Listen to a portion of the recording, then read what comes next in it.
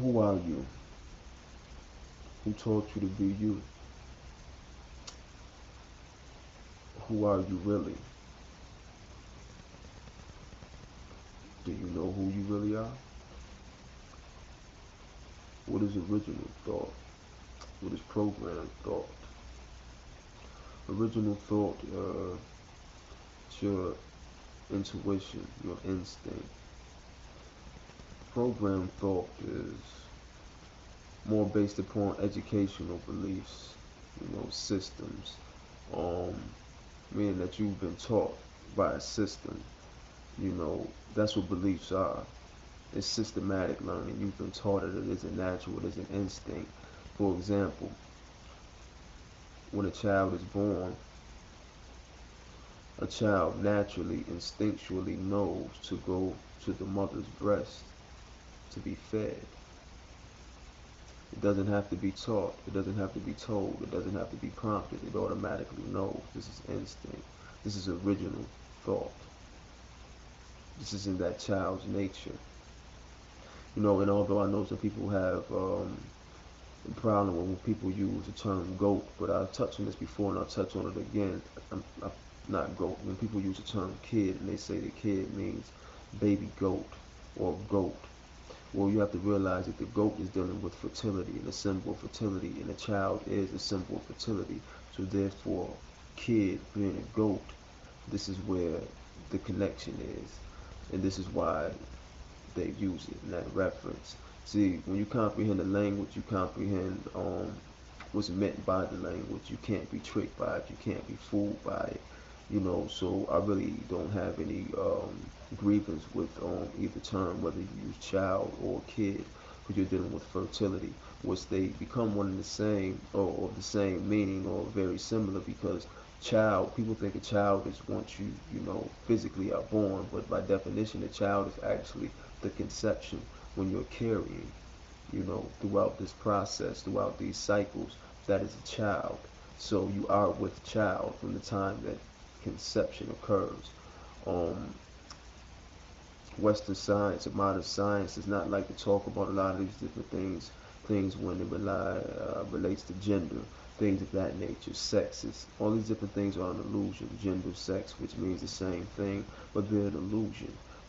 They tell you, oh, men, women, listen, we were one, we were split.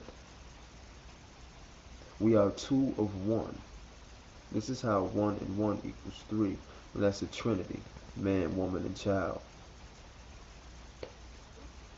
Pretty much the cycle, the circle, you know, um, of you being able to reproduce yourself or being able to multiply yourself, because that's what your children are. They're reproductions of yourself. That means you were already produced.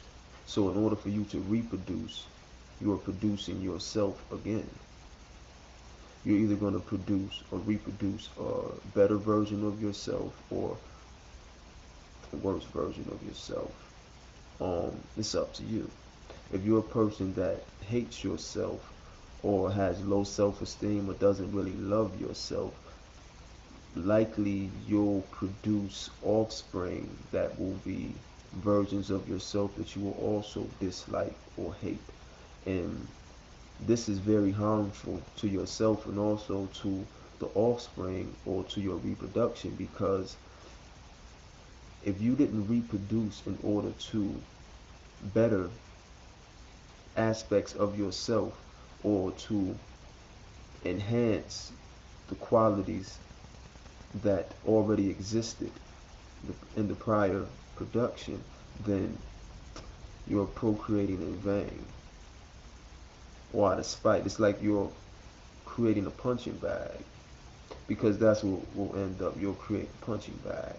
You know, a physical manifestation and a way for you to physically express your anger and frustration towards yourself, which for some this could be a mechanism to fighting depression, because they're doing this to keep from losing their mind or to keep from killing themselves or preventing suicide, because that's the only way they will be able to physically harm themselves for what they psychologically, what they don't like about themselves. So in order for them to reproduce, it's a way for them to calm, or an antidepressing mechanism, and they use this production as a punching bag, which in return you create more productions with the same inferior qualities, even more damaged than the previous production. This is totally unhealthy for legacy, or for the sole purpose, or the purpose that you for the purpose of procreating. You're supposed to procreate, you know, not decreate. So with each procreation, it should be an evolution, not a devolution or de-evolution. So I think that people really, really need to really think, you know, who are you? Who are you really? Turn the television off, get rid of the television, go out in nature, sit by a tree, sit on a tree, sit under a tree. Go out in nature where it's quiet, escape the city, the noise, the trains, the buses, the cars, all of the noises that comes with the city life, and our people fooled themselves into thinking that seeking the city life was a better life, when actually they were better off in the country, in nature. They lived longer, they benefited more from being there, but chasing materialistic ambitions, thus we are what we are. But take the time out to give yourself quiet so you can really sit and find yourself and learn who you are. It's almost like a person that goes to prison or they're confined. They come out with a higher awareness or knowledge of self because they had quiet time. They had time to really get to know themselves, to learn themselves, to really ask themselves the questions that they never took the time to answer when they were quote unquote free, or when they weren't confined. So this is what we have to do. We have to confine ourselves at times. It's necessary in order for us to find ourselves, if we are getting lost. Because it's very easy to get lost in the world of illusions and, the maze of the matrix. The belly of the beast is very big. Those intestines have a lot of turns and curves. So, it's very, very easy to get lost or to get soaked up.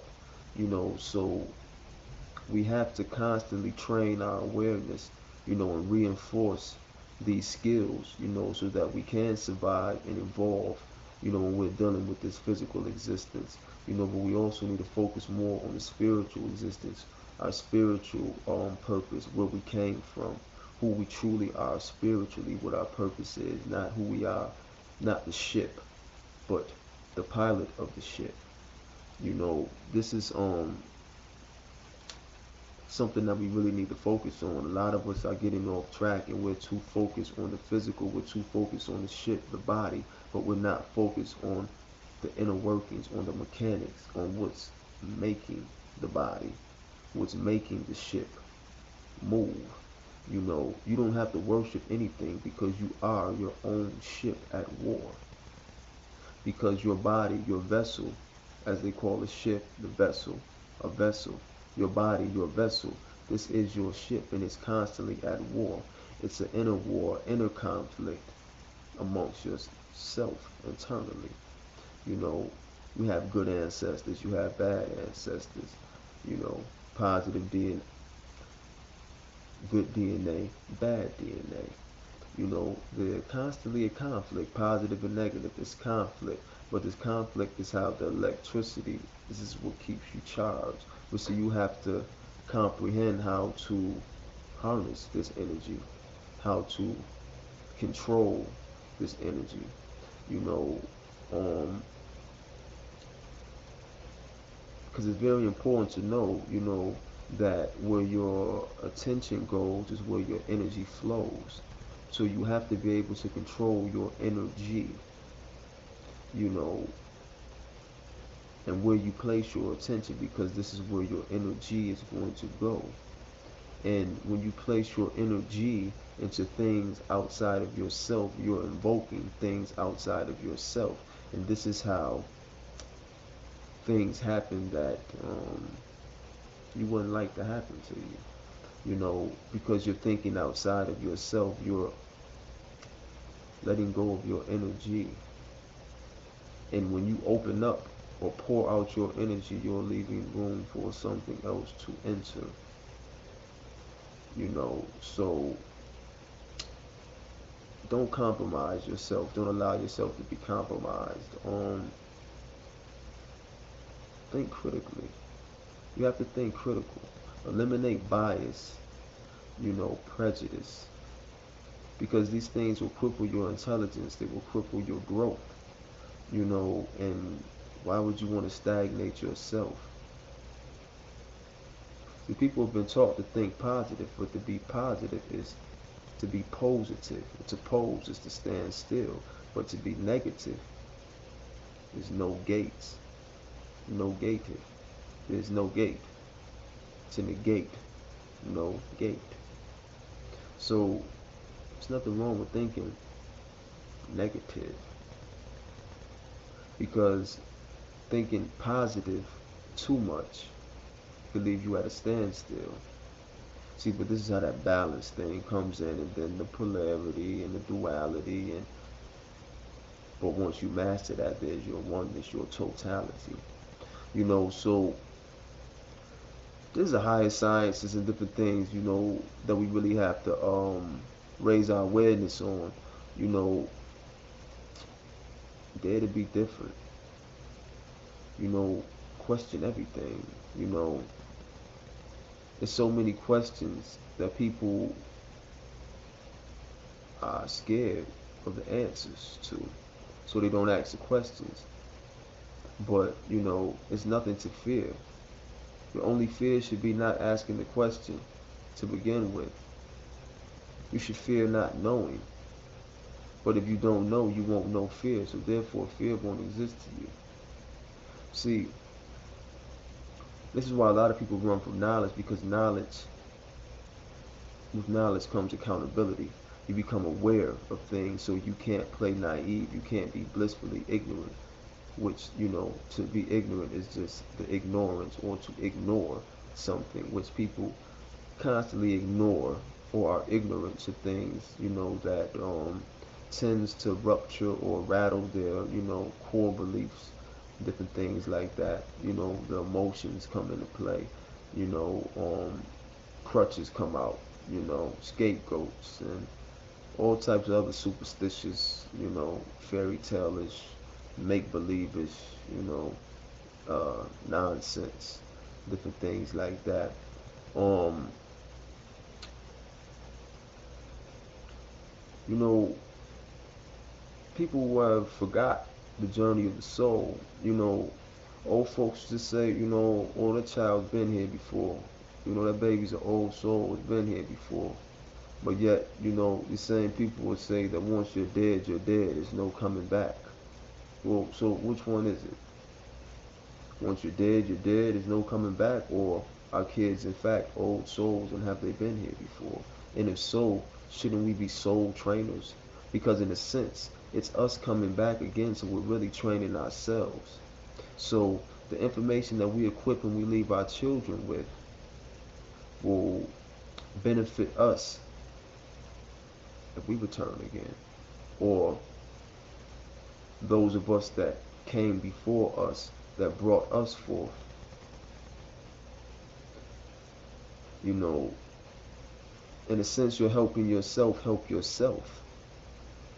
You know, the more knowledge you obtain and you pass that down, you make it easier for your next generation, gene ration, to carry on, to heighten, will you know, to apex, or to pretty much carry out what was left behind, but to take it to the next level, is what I'm saying. You know, this is the purpose of the procreation. You know, so like I said, people get caught up in the sex wars and the gender wars, but to hate men and to hate women is to hate yourself, because you are a man and you are a woman. You are both. You are a product of both. To argue religion and say the man came first and so forth and so on, yeah, okay, whatever. You know, a man made that up. It's a man-made book, man-made doctrine. You know, man made that lie. If you choose to believe that a man came before you, and that you came from a man's rib, and that you're here to be a helpmate or a servant to a man, you've been fooled. You've been duped. This is a man manipulating you into thinking that you are inferior to a man, when in actuality the woman, which they like to label as the woe man and blame for all the woes of man, woman is the original man. Man is the son of man. Man was the son of man. And man, or woman, was the original man. What you call woman was the original man, and what you call man is the son of man. So, I mean, what men are producing babies, what men produce without women, how can one produce without the other? See, this is what I mean about you all, the totality. See, people are so focused on polarity and duality that they don't realize that when these things find that common medium and they connect and find that balance, that mayat, that is the totality, that is the oneness. And this is the oneness that you're seeking. This is the connection that you're seeking through intercourse. This is the connection that it takes to spark and bring forth a new life into existence. The vibration and forces that are moving, the light, the electricity, the friction, and all of the other things that come into play that help create new life and bring forth new life, which, like I said in the previous video, is the action of God coming into being. So this is how, when you hear people say, refer to, the black man or the black woman, the so-called black man, so-called black woman as God, or referring to themselves as gods or goddesses, this is why. See, it's the science behind everything, but people are failing to explain the science. And this is very much needed, because people aren't getting a full comprehension of what's being said, and they're misinterpreting it, and they're thinking on a supernatural, Euro Afrocentric level. A lot of people are thinking, they're saying that the African Senate, but they're using Euro logic. And when I use terms like, African, or use terms like European, African, European, or, I'm referring to, the sun, the light, African, Africa being sunny, referring to the sun, or land without shade, or so forth and so on. You're dealing with the sun, with sunlight, with the rays, or Ra, the energy, the sun, the light. Europe is the opposite. You're dealing with the land of the sunset. So this is the lower self. So to act Euro-minded is to act on a lower vibration. So to be Euro-Afro-centered is to be on a lower level of vibration, but to be aware of higher levels of vibration, but to not make that potential energy kinetic to elevate to that vibration. Or some aren't aware at all, you know. But yes, it's very important, that we really get into the science of ourselves, because science, everything is a science. Math is a science. Astronomy, astrology, cosmology, whatever you want to call it, is all a science, But the thing is, it's all about knowledge, because science means knowledge, or to know, but knowledge doesn't mean science. So This is why knowledge is power. Universal knowledge. Universal knowledge, obtaining universal knowledge is mastering all of the sciences. It takes time. A lot of people don't have the patience. They don't have the the the focus or the concentration to put forth the time required to obtaining these universal knowledges. But you know, the choice is yours. You know, patient be the pupil. You know, the pupil is the third eye, the blackened, the black of the eye, the jet eye. You know, disciple. You're dealing with the pupil. You know, disciple. Disc eye plane. See, the words that they use and that they put together, a lot of people may not think that these words have any significance, and people may think that, oh, you know, a person is just making something up. But you have to realize that certain letters are interchangeable, certain letters are substitutable, um, certain letters, vowels didn't exist at certain times. And really, the way that they combine and put little words together to make big words. If you have children and you ever watch Akeelah and the Bee, they demonstrate that in that movie. You know, so maybe you should check that out. You know, if you think people are making up words when they say certain things, why do you think they call, you know, summer, summer, some more? You know, people get what? Darker in the summertime? They say, oh, you know, more is a reference to something, you know, being darker or, you know, dark, as they like to make it synonymous with. So, you know, what is it? The sum of darkness, the time when it gets the hottest. But see, in ancient times, the MR is middle fire, or you're dealing with the fire, sun. You know, this is where the whole Mason, my son, you know, where all of these things come from, or where all of this comes into play at.